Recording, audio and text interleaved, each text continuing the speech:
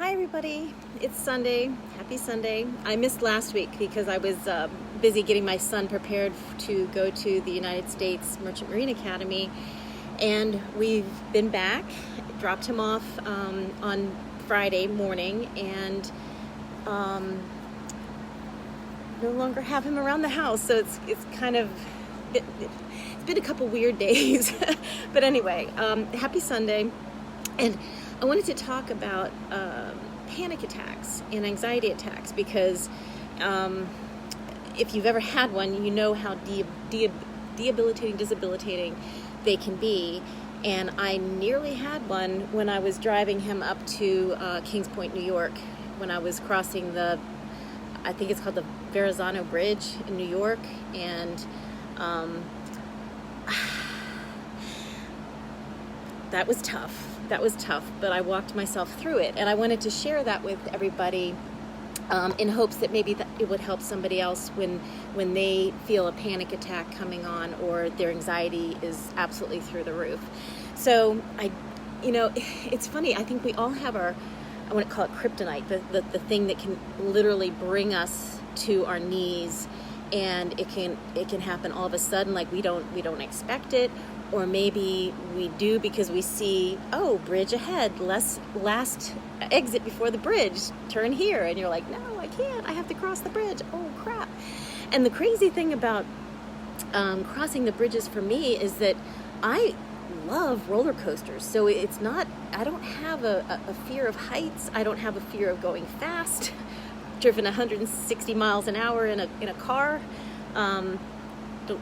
That was in Turkey, so I won't get in trouble for doing that here. But I don't have fear of these things normally. So the irrational fear of me driving across a bridge that's over water, I don't really recall having that fear over a normal bridge. It's over special bridges, like the Verrazano Bridge and the Chesapeake Bay Bridge. So. Just thinking about them. I'd have to say that is my kryptonite. That literally could bring me to my knees, and I could feel that. And a couple weeks ago we did have to cross the Chesapeake Bay Bridge, and I was fine going over it. I kept talking to myself, walking myself through it, making myself breathe, because as you go up, and it just takes forever to go up. That's the worst part. And then I realized, I reached the peak or the apex, and now we're going down, and I will be fine.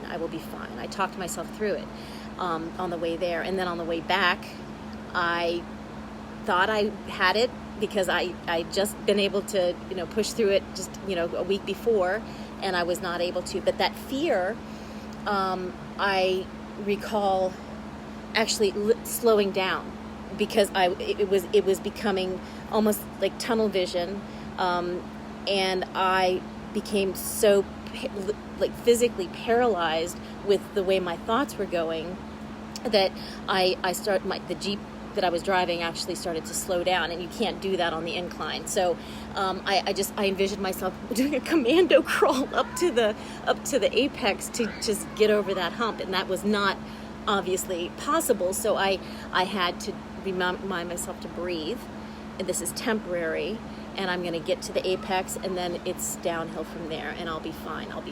It's temporary. And just keep looking at the car in front of me. And so, when I got to the Verrazano Bridge in New York, and I have to say, I was not in my car, I was in a rental car, so I was not entirely comfortable with that rental car. It was a little bigger than I was used to, even though I drive a Jeep.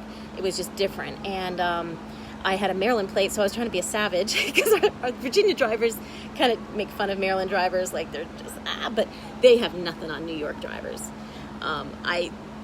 It was crazy. But so we're getting onto the Verrazano Bridge, and I'm like, no! And my son made this strange noise, like sucked in his breath and kind of like squealed a little bit.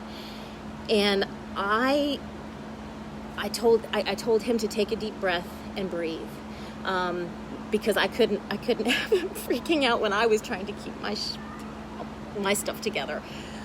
And so he just was fine, and I had that feeling again, that absolute paralyzing fear of, oh my God, because there's a narrow lane. It's a 2-lane bridge, narrow lane, and a even narrower lane that I happen to be in, and you're not supposed to change lanes and all that, and going 40 miles an hour, and it's rush hour traffic, and New Yorkers, I don't think they care about how narrow lanes are. They just go. And I was getting to that almost paralyzing fear that I mentioned that I had on the Chesapeake Bay Bridge, because there's just a railing that you on the side. And I remember looking at the car in front of me and telling myself, just look at the car in front of you, how the dashes on in the lane divider, how they're just kind of rhythmically going. Okay, just focus on that. So I really had to distract myself from what my mind was trying to do, and then that physical reaction, reminding myself to breathe, because I realized that when you get caught up into your head, you get stuck in your head, and you're just, those thoughts are literally paralyzing your body. You can't get out of it. So you have to stop that before that happens. And so I was distracting myself enough by rhythmically watching those, the lane divider, the dashes as I'm driving. And then I realized, okay, I'm over the apex, downhill. Oh, quick, change lanes, because they didn't give you much notice. And then I see a sign that says, if you cross over the line, you can get a ticket. And I'm like, I don't care. I don't care. At least I'm preventing these people from passing me or being right next to me.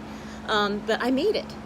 But that feeling, if you've ever had a panic attack, or if you're prone to panic attacks, I'm curious how you walk yourself through that thought process. If you feel it happening, if you know, I have to distract myself right now, I have to stay out of my head, I have to rethink, like literally disengage from what is happening right now. And sometimes, like if you have that completely irrational fear like I do on the bridges going over water, it's not like you can just get off the bridge. You have to keep going. You have to go through it.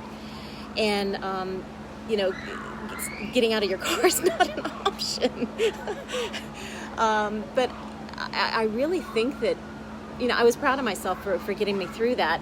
And even prouder so my kids didn't know, neither one of them knows that I have that crazy fear or fear of dentists. But when we got to the other side of the Verrazano Bridge, I told my son, I was like, look, I almost lost my shit on that bridge.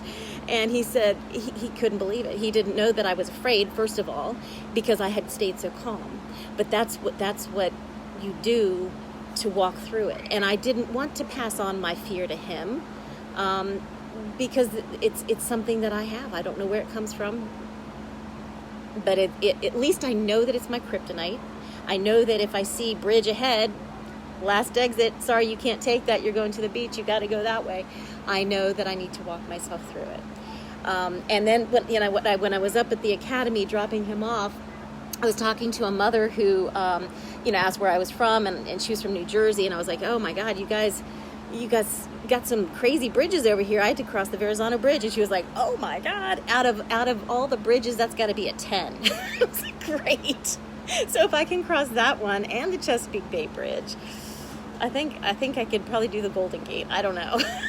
But she said that there was ways to get back, that I didn't have to cross that bridge. And I did find it. I had to cross a bridge, but it was nowhere near as hairy-carry as that one.